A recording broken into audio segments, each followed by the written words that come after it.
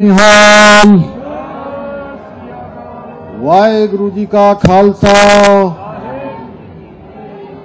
वाहेगुरु जी का खालसा। हेमकुंड साहब यात्रा प्रारंभ होने के अवसर पर आयोजित आज की इस संगत में पूज्य गुरु ग्रंथ साहब और आज के मुख्य अतिथि जिनका संपूर्ण जीवन भारत माता को समर्पित रहा है, देश की सीमाओं की रक्षा को समर्पित रहा है, उत्तराखंड राज्य के माननीय राज्यपाल लेफ्टिनेंट जनरल आदरणीय गुरमीत सिंह जी, उत्तराखंड विधानसभा की अध्यक्ष आदरणीय रितु खंडूरी जी, उत्तराखंड सरकार में वन मंत्री आदरणीय सुबोध उनियाल जी, ऋषिकेश विधानसभा के माननीय विधायक और पूर्व मंत्री आदरणीय प्रेमचंद अग्रवाल जी, यमकेश्वर विधानसभा की माननीय विधायक श्रीमती रेणु बिष्ट जी, निर्मल अखाड़ा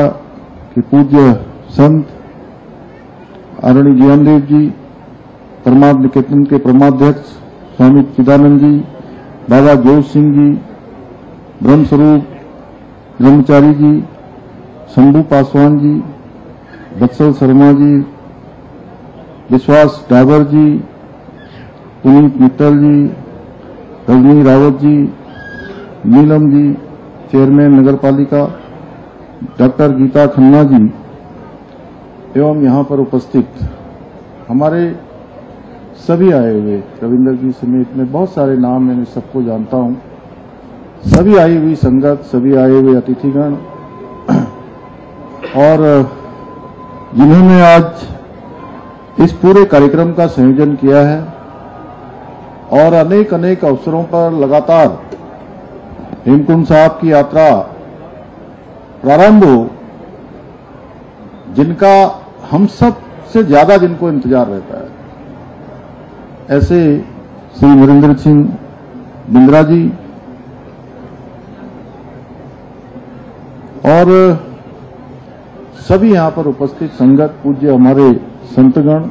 आए हुए सभी अतिथिगण। मैं सबसे पहले तो दशमेश गुरु गोविंद सिंह जी को नमन करते हुए श्री हेमकुंड साहब की पवित्र यात्रा के शुभारंभ पर आप सभी संतगणों का, श्रद्धालुओं का, सेवादारों का और देश दुनिया से जो आज इस कार्यक्रम से लाइव रूप से जुड़े हुए हैं, उन सभी का मैं हृदय से स्वागत करता हूं, सबका अभिनंदन करता हूं। जी आया नहीं।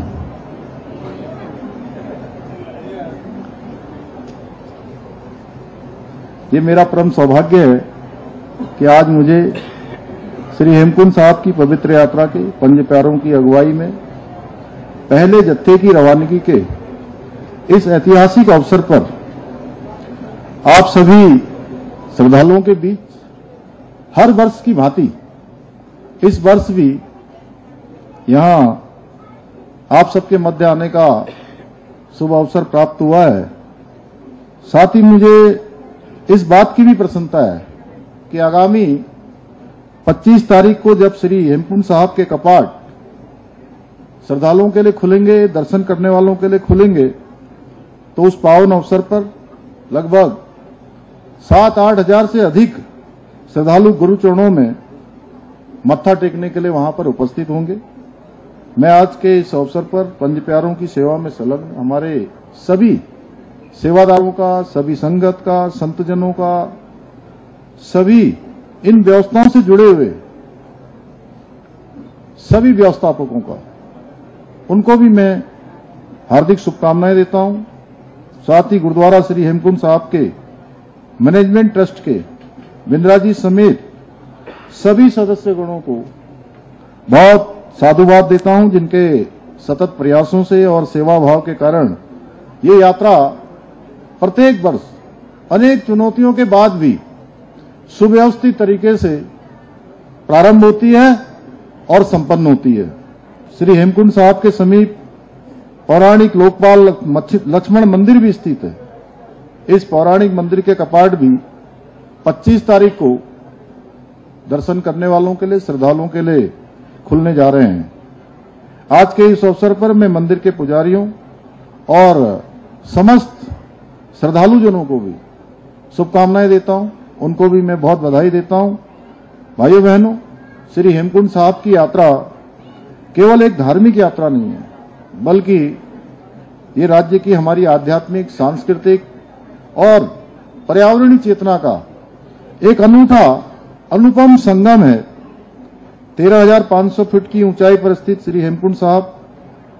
सिख समाज की आस्था का केंद्र होने के साथ साथ हमारी महान संस्कृति का सनातन प्रतीक भी है। हेमकुंड साहब में दसम पिता श्री गुरु गोविंद सिंह जी महाराज के ने अपने पूर्व जन्म में कठिन तपस्या करके मानवता को धर्म, न्याय और सेवा का संदेश दिया। उनके तप और ध्यान से पावन हुई ये भूमि आज भी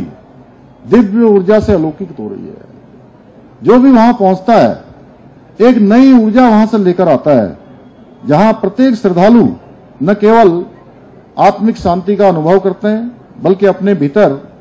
एक नई चेतना का भी अनुभव करते हैं। हेमकुंड साहब की यात्रा कठिन यात्रा है, दुर्गम चढ़ाई है और मौसम की चुनौतियों के बावजूद भी लाखों श्रद्धालु प्रत्येक वर्ष इस यात्रा में सम्मिलित होते हैं। भाइयों बहनों, आदरणीय प्रधानमंत्री श्री नरेंद्र मोदी जी के नेतृत्व में और उनके मार्गदर्शन में सरकार श्री हेमकुंड साहब यात्रा को और अधिक सहज बनाने के लिए और सुगम बनाने के लिए, सरल बनाने के लिए निरंतर प्रयास कर रही है। और अभी जैसा बिंद्रा जी ने बताया कि माननीय प्रधानमंत्री जी ने हमारी शीतकालीन यात्रा जो उत्तराखंड सरकार ने इस वर्ष प्रारंभ की, उस यात्रा में सम्मिलित होने के ठीक एक दिन पहले उन्होंने हेमकुंड साहब और केदारनाथ रोपवे का जो धनराशि लगभग 7200 करोड़ रुपए की धनराशि थी, वो सारी की सारी धनराशि हमको स्वीकृत कर दी है। इसकी टेंडर की प्रक्रिया भी हो गई है और जल्द ही आज जो यात्रा कठिन होती है, जो शारीरिक रूप से कमजोर होते हैं या हमारे बुजुर्ग होते हैं, उनके लिए यात्रा अत्यधिक कठिन होती है। आने वाले समय में ये यात्रा जो कई घंटों की और दिनों की होती है, ये यात्रा कुछ एक घंटों में संपन्न हो जाया करेगी। मैं आदरणीय प्रधानमंत्री जी का सभी श्रद्धालुओं की ओर से और केवल देवभूमि उत्तराखंड के लोगों की ओर से नहीं, ये यात्रा जैसा बिंद्रा जी बार बार बता रहे थे कि ये अभी लाइव टेलीकास्ट पूरी दुनिया के अंदर हो रहा है। लाखों करोड़ों लोग इस यात्रा से जुड़े हुए हैं, चाहे वो चारधाम यात्रा हो, चाहे वो हेमकुंड साहब की यात्रा हो। तो जो भी श्रद्धालु, जो भी हमारे आस्थावान भक्त हैं, गुरु के भक्त हैं, उन सब की तरफ से आदरणीय प्रधानमंत्री जी का हृदय से आभार व्यक्त करता हूं कि आपके प्रयासों के कारण से आने वाले समय में ये यात्रा हमारी बहुत आसान यात्रा हो जाया करेगी।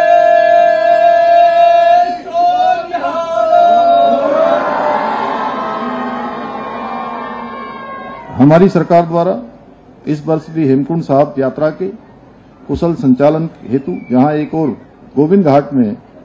बैली ब्रिज का निर्माण किया गया है, जैसा बिंद्रा जी ने बताया कि बहुत जल्द हम वहां पर डीपीआर बन चुकी है और स्थायी ब्रिज का निर्माण भी बहुत जल्द हो जाएगा। लेकिन इस बार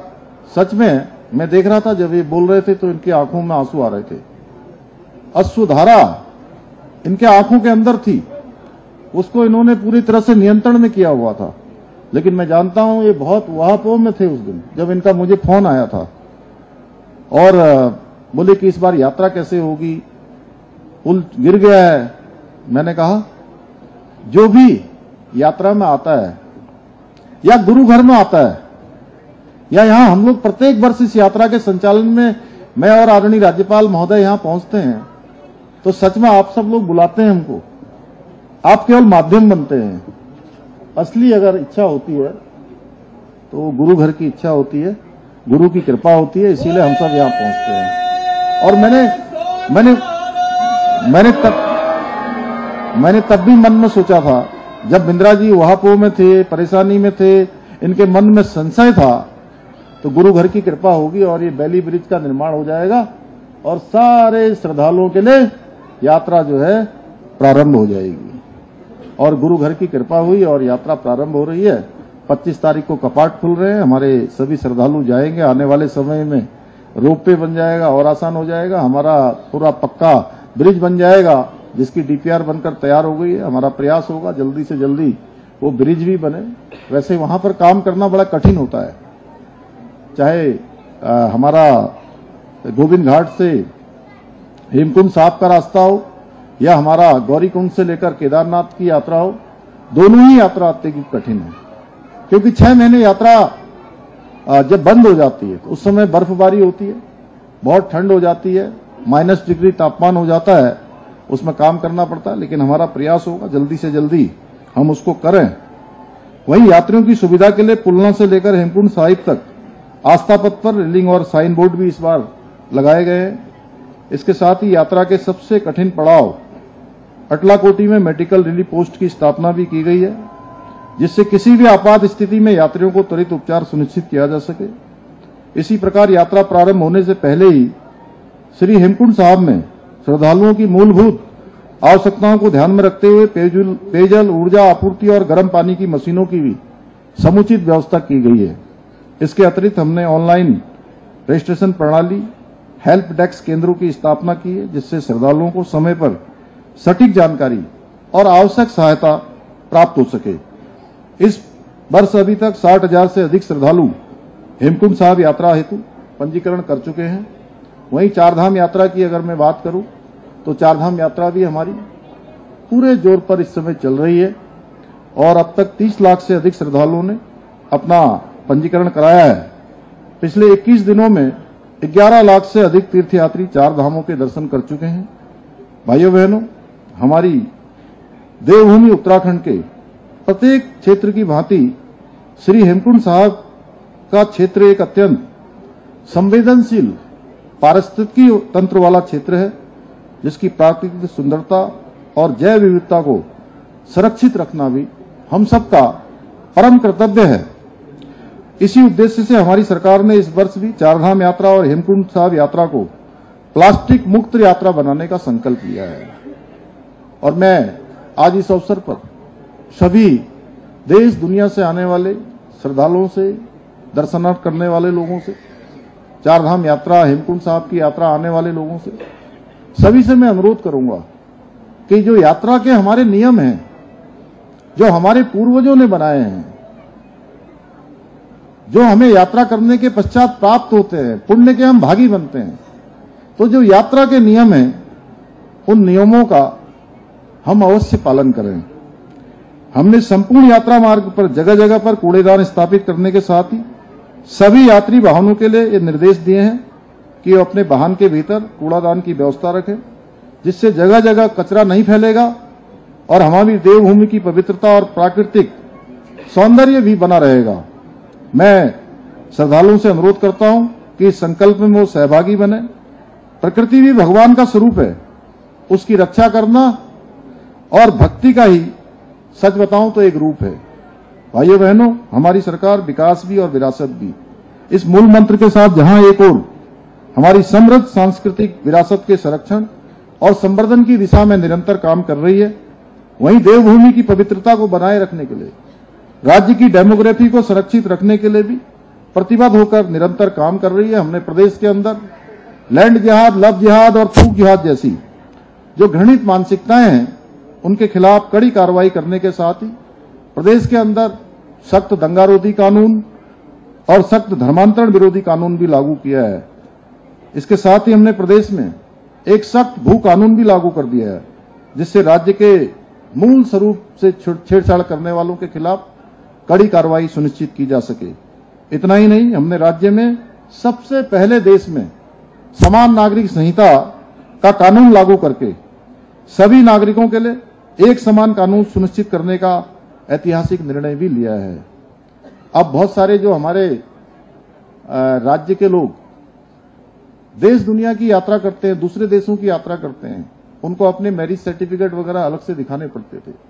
हमने इसमें आनंद कारज मैरिज एक्ट को भी सम्मिलित पहले ही कर दिया था। भाइयों बहनों, इनकी समस्याओं को देखते हुए भाइयों बहनों, आप सभी को इस यात्रा के दौरान बहुत सारे हमारे कई बहादुर सैनिक भी रास्तों में मिलेंगे, उनसे मिलने का अवसर आपको मिलेगा, क्योंकि इस पावन यात्रा को सुगम बनाने के लिए, सुरक्षित बनाने के लिए उनका बहुत महत्वपूर्ण योगदान रहता है। जैसा कि हम सभी जानते हैं कि अभी पहलगाम में हुई आतंकी घटना के बाद हमारी सेनाओं ने उन आतंकवादियों को, पाकिस्तान जो पोषित और पल्लवित करने वाला, आतंकवाद को पोषित करने वाला, संरक्षित करने वाला, उसको करारा जवाब देते हुए ऑपरेशन सिंदूर को सफलतापूर्वक अंजाम दिया है। जो एक ऐतिहासिक कालखंड हमारी सेनाओं ने हम सब के लिए एक इतिहास बनाया है, उनकी इस कार्रवाई के लिए एक बार फिर भारत ने पूरी दुनिया को अपनी सैन्य क्षमता और साहस और पराक्रम का लोहा मनवाया है। लेकिन दुख की बात है कि कुछ लोग जो पहले सेना द्वारा बालाकोट में जाकर सर्जिकल स्ट्राइक किया गया था, उस समय भी सेना से सबूत मांगते थे और लगातार सेना का अपमान करते थे, वे अब ऑपरेशन सिंदूर में भी संदेह जताकर हमारे शूरवीरों के मनोबल को ठेस पहुंचा रहे हैं। इसलिए मैं आप सभी से आह्वान करता हूं कि जहां भी आपको हमारे वीर सैनिक दिखाई दें, उन्हें आप सैल्यूट करें, बल्कि उनके योगदान के प्रति अपना आभार भी प्रकट करें। मैं आपसे इस अवसर पर यह अनुरोध करता हूं, भाइयों बहनों, चूंकि यात्रा आज प्रारंभ हो रही है और गुरु घर में हम सब हैं, 350वां शहीदी दिवस गुरु तेग बहादुर जी का पूरे देश के अंदर और दुनिया के अंदर मनाया जाएगा। मैं आज यहां पर यह भी घोषणा करता हूं कि उत्तराखंड की सरकार भी उनके 350वें शहीदी दिवस को पूरे राज्य के अंदर मनाएगी, पूरे राज्य के अंदर उसका संदेश दिया जाएगा। इसके अतिरिक्त यात्रा को सुचारू रूप से संपन्न करवाने में जहां भी हमारे ट्रस्ट को, हमारे श्रद्धालुगणों की जो भी आवश्यकता होगी, उसको हम हर संभव पूरा करेंगे। इसी के साथ मैं एक बार फिर से आप सभी को हेमकुंड साहिब यात्रा की शुभकामनाएं देते हुए गुरु घर की इस पावन यात्रा में सहभागिता के लिए आप सभी का धन्यवाद देते हुए अपनी बात को समाप्त करता हूं। बहुत बहुत धन्यवाद।